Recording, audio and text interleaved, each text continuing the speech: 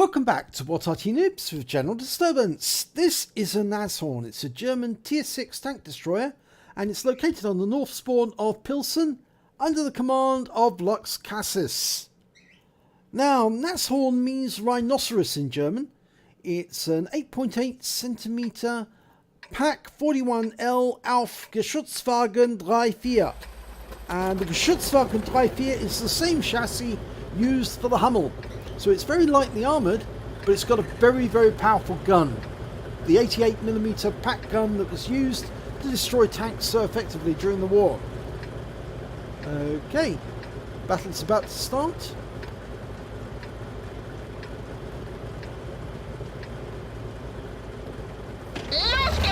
Okay, they're away. They built 494 Nashorns during the war. So you can see it's quite popular, but I think the reason why they produced so many is because they were producing an awful lot of the chassis for Hummels as well as the ammunition carriers used by the Hummels as well. So plenty of chassis were available and they only had to fit it with the 88mm gun to turn it into an anti-tank weapon. Okay, we're looking for the enemy to turn up and one of them's arrived. It's a T-3485M Tier 6 Premium Medium, and there's an M4 over the far side. Luxcassis is taking aim, waiting for his first customer.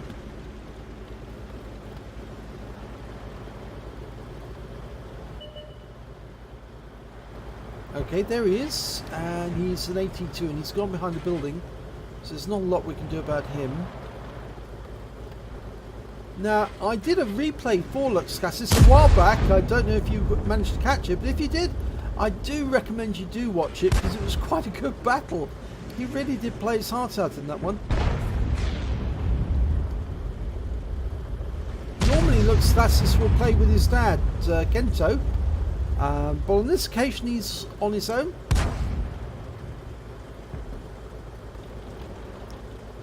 T-34 hasn't moved out from behind that factory. He was spotted by a Wizzy 131 and an enemy's been spotted over on the far east side of the map. And Luxcassis is taking aim. It's an E25. Now he's using the bush mechanic here because those bushes are far enough away that we can't actually see them, but sadly the E25's gone out of use so we can't hit him. T-3485M is still behind the building. Maybe they know. Oh, there's a chance. There's a target we can hit. It's a G-Nu, and that's a Tier 5 Premium as well.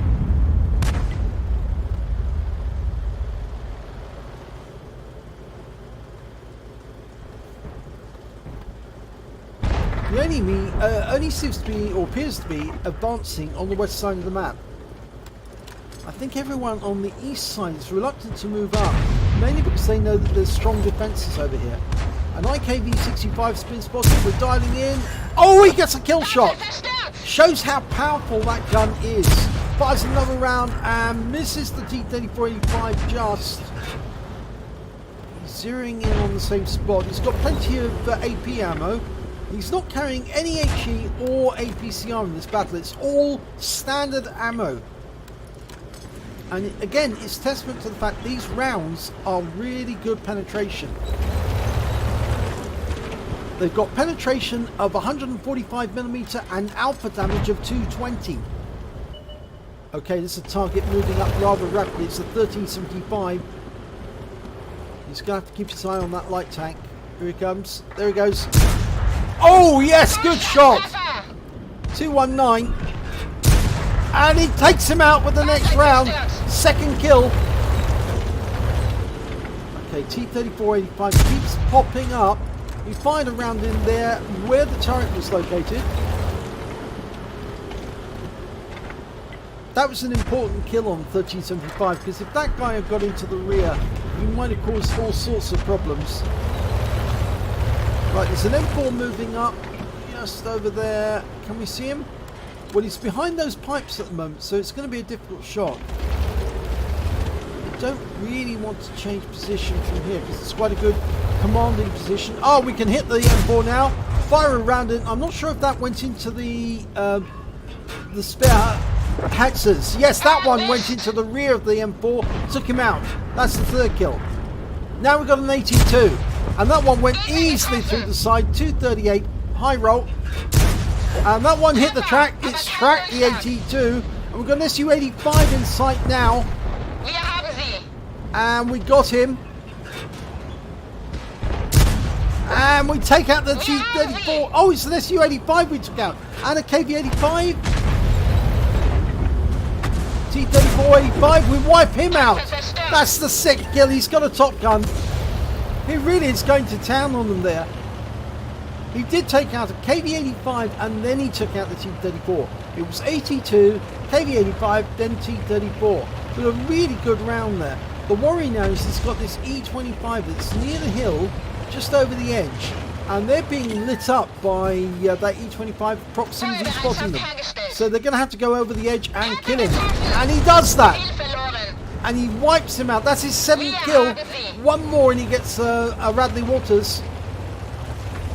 Now there are still 5 enemy alive. 2 of them Arty, 2 mediums and 1 heavy. The heavy is the KV-1. He's over on the far side of the map, the west side. But he's headed towards the cap. There's one of the mediums. It's a Skoda. And that's a low roll. He's going to have to fire through that cabin to get him. Oh, yeah, right through the side. The Skoda's a difficult customer because he is actually quite good. And I think that's hit him. I think he's still there. And that time he wasn't there because it destroyed the vehicle. The fact he fired that round in and it didn't destroy the vehicle before, that indicates that the Skoda was hit twice. Unfortunately, we just lost our Arty. One of the enemy Arty's an M44, the other's an M12. There's the KV-1. We're going to fire through this fence. We're pulling back because we don't want the KV-1 to fire in return. Remember, we've got very weak armour. Very weak armour. Any round they fire at us is likely to go through. And there's an Arty round coming in. It's to stun the crew. But it didn't do any damage as such. Oh, there's the Skoda. Okay. Oh, he's running away. Now, but the thing was, we were spotted. And the worry now is the KV-1 knows we're here. So ideally we change direction and go back to where we were looking at the KV-1 before to shoot at him. Because he's going to be expecting us to come around that corner. Oh, yes, he's coming down here. He's coming over to try and kill us. Now, he's got most of his health, so we'll need to put a couple of rounds into him. It's going to take more than 2 rounds. Because remember, 220 Alpha, he's got 498 health. So it's going to take at least 2 rounds, maybe 3 to take him out. There's the M44 at the other end of the battlefield. Oh, no chance to get him. He disappeared out of sight before we can shoot. The KV-1's now down to 247, which means we can get him in 2 rounds. Oh, he's gone! He's been taken out by our KV-1, and we took out the M44. Oh, it's RT-67 rather who got him. Now it's just the M12 left to kill. And he's got his Top Gun, he's got his Radley Walters rather, because he killed the M44. That brought up his Radleys. Now if he can get this M12, I don't think he's going to get a chance. The M4 will probably get it. And yes, he has. So game over. They won. So Radley Walters, I think he's got the high caliber as well. I'm pretty certain he has. Let's have a look at the end of battle stats for this one. And yes, it's an ace tanker for Luxcassis in the Nashorn. He managed to get a Raper medal. He took out 3 tanks with subsequent consecutive rounds during this battle. And I think that's true, yes, because he did, because he took out the 82, then he took out the T-34-85, then he took out the E-25 directly after each other with 1 shot each. He got a fire for effect for doing more damage than the hit points of his own vehicle. A Radley Walters Medal for getting at least 8 kills. He got 8 exactly. The high caliber for dealing the most damage in the battle. And lastly, the Top Gun for getting at least 6 kills. And the win rate for that battle was 6654. A huge total. Super Unicum standard. No problem about that at all. So let's have a look at the team score. Highest damage, 2,182 hit points overall. The highest the enemy could get was their M12. He managed 1,285 hit points. The next highest scorer on our own team was the T67 with 849. He very nicely disposed of that KV-1 for us, because that tank was a bit of a problem for an Nashorn. He could have done Luxcassis a lot of damage if he poked his nose around the corner. But when it came to kills, look at this. He got more than double the score of the highest scorer on the enemy team, which was the M44 with only 3 kills, and 4 times the highest score of the next highest scorer on his own team, the Cromwell, who only managed to get 2 kills. When it came to base XP, just look at that, 1,199. Next highest scorer had half as much damage. The M12 managed 565. Highest scorer on the enemy team was the KV-85. He only got 417. So a pretty good score there to get that those sort of figures. Let's have a look at detail report. He fired 21 rounds. Remember, it was standard AP he was firing. He got 14 direct hits, 13 penetrations, damage of 2,182 hit points, of which 1,186 were at more than 300 meters. So about half of his shells were going the distance. He received 2 hits. One was a penetration, one was a non-penetration, and 1 hit was a splash damage from one of the Artys. He spotted 1 enemy vehicle, damaged 9 of the enemy, killed 8 of the enemy, and he also did 494 hit points of damage assistance. On a premium count, he earned 42,728 credits, and after repair and ammunition resupply, he had 36,501 credits left over. He received 5 bonds for the battle for getting those awards, the Radleys, the High Caliber, and the Top Gun.